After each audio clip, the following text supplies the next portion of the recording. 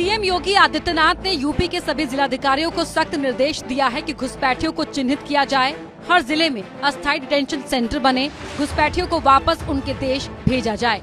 इस निर्देश के बाद समाजवादी पार्टी के नेता उदयवीर सिंह ने कहा, मुख्यमंत्री जी बिना कारण परेशान रहते हैं। पहले से ही ये नियम बने हुए हैं कि कोई घुसपैठिए को उत्तर प्रदेश या देश के अंदर रहने का अधिकार नहीं। अगर सीमाएं पार के करके कुछ लोग आ गए हैं तो उसकी जिम्मेदारी गृह मंत्री की है। कांग्रेस ने भी योगी के निर्देश पर सवाल उठाया है। चुनाव नजदीक आ रहा है, पहले झारखंड में घुसपैठिए भाजपा को याद आए थे, उसके बाद बिहार में घुसपैठिए याद आए, अब बंगाल में याद आने वाले हैं और उत्तर प्रदेश में इसके बाद चुनाव है तो आपको डिटेंशन सेंटर की पड़ गई।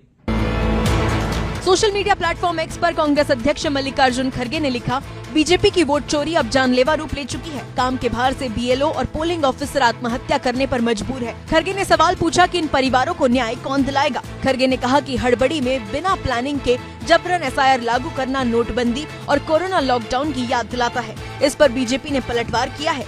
इस देश में क्या अच्छे चुनाव, स्वच्छ चुनाव होने चाहिए या नहीं होना चाहिए? क्या वो संविधान के खिलाफ खड़ा होना चाहते हैं?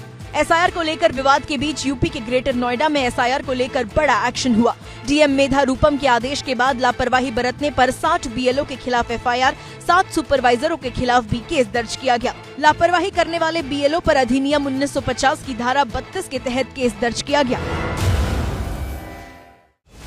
असम के मुख्यमंत्री हिमंत विश्व शर्मा ने शनिवार को कहा कि मियां एकजुट होकर वोट डालते हैं, जिसकी वजह से वे राजनीतिक रूप से मजबूत रहते हैं, जबकि हमारे लोगों के वोट बिखरे हुए हैं। असम के मुख्यमंत्री ने जोर देकर कहा कि निचले असम यानी ब्रह्मपुत्र घाटी के पश्चिमी हिस्से के जिलों से अवैध रूप से बसने वालों को और आगे बढ़ने से रोकने के लिए उन पर लगातार दबाव बनाया रखना होगा।